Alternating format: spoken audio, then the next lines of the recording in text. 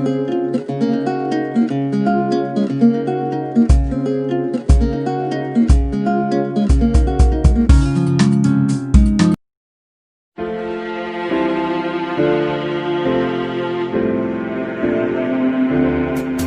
selamat pagi anak-anak.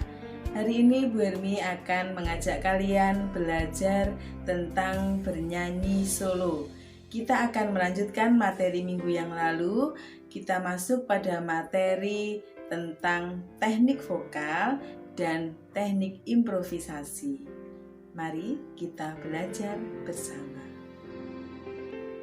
Sumber belajar yang dapat kalian gunakan adalah buku seni budaya atau seni musik yang mendukung. Apabila kalian belum mendapatkan buku tersebut di perpustakaan, kalian dapat membuka link seperti yang tertera dalam papan tulis.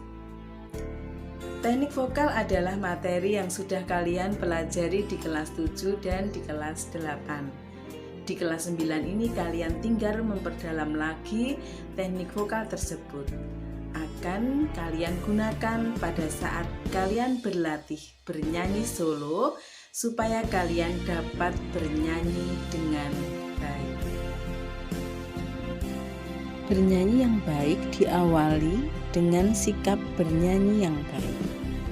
Sikap berdiri menentukan bagaimana tenaga kita untuk bernyanyi. Berdiri tegak dan rileks.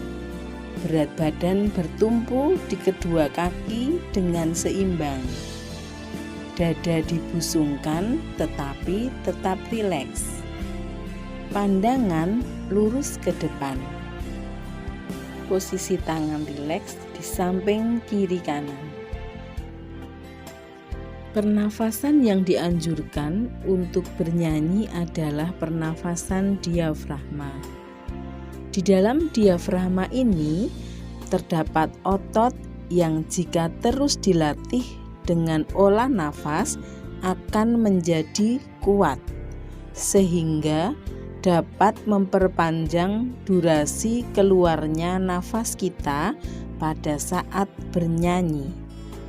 Otot diafragma dapat menjadi sumber tenaga yang besar untuk mencapai nada tinggi dan menambah tenaga pada saat bernyanyi. Jika pada saat bernyanyi, olah pernafasan dan sumber tenaga bermuara di diafragma, maka suara juga akan lebih bulat dan bening. Selain itu, tenggorokan kita tidak akan terasa sakit dan mudah lelah. Dalam bernyanyi, seseorang harus menggemakan suara dengan cara menempatkan sumber suara agar suara lebih keras pada saat dikeluarkan dan sampai kepada pendengar. Proses menggemakan suara ini disebut dengan resonansi. Jika akan memproduksi suara yang rendah, hendaklah menggunakan resonansi dada agar nada rendah dapat dicapai dengan tepat dan halus. Untuk suara sedang menggunakan resonansi hidung. Akan dihasilkan suara yang lebih bening dan bersih. Kerja tenggorokan juga tidak terlalu berat dan tidak mudah lelah. Memantulkan sumber bunyi pada bagian kepala akan menghasilkan suara tinggi dan halus. Untuk dapat menghasilkan nada-nada tinggi yang tepat dan halus, resonansi kepala ini harus juga disupport dengan kerja otot diafragma yang maksimal. Jangan sekali-kali memaksakan produksi suara tinggi di tenggorokan, karena sudah pasti nadanya tidak akan sampai dengan tepat, suara tidak bening, dan akan terasa sakit di tenggorokan. Dan jika hal ini sering dilakukan, maka akan merusak kualitas pita suara. Teknik vokal yang berikutnya adalah artikulasi dan gerak mulut. Bernyanyi yang baik tidak bisa terlepas dari pengucapan kata-kata pada lirik lagu dengan jelas.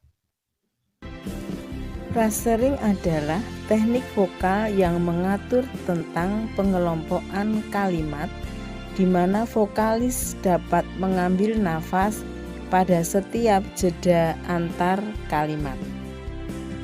Pengkalimatan ini hendaknya dilakukan sebelum memulai bernyanyi, sehingga kita akan tepat mengambil nafas sesuai makna lagunya. Teknik vokal yang keenam adalah pembawaan. Pembawaan ini terdiri dari ekspresi dan penampilan. Ekspresi meliputi mimik wajah dan gestur atau gerak tubuh. Ekspresi yang dibawakan harus sesuai dengan tema lagunya, sehingga makna lagu itu akan lebih mudah diterima oleh pendengar.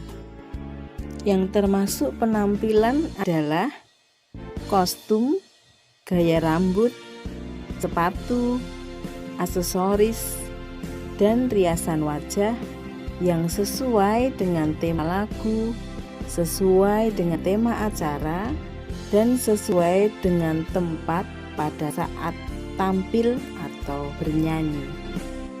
Anak-anak, tadi adalah penjelasan tentang teknik vokal.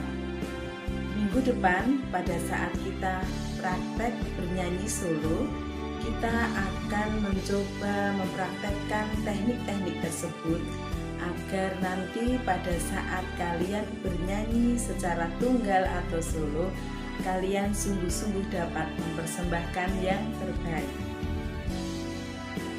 Materi kita yang terakhir adalah improvisasi. Improvisasi merupakan pengembangan ornamentasi pada sebuah lagu dengan tujuan agar lagu terdengar tidak membosankan dan lebih menarik. Improvisasi ini tidak dilakukan pada semua bagian lagu, hanya pada bagian-bagian tertentu saja agar bentuk lagu yang asli tetap jelas. Pengembangan ornamentasi dapat dilakukan dengan variasi ritmis. Misalnya lagu yang diciptakan dengan irama pop, kemudian divariasi dibawakan dalam irama jazz atau dangdut. Variasi dapat juga dilakukan dengan variasi melodis.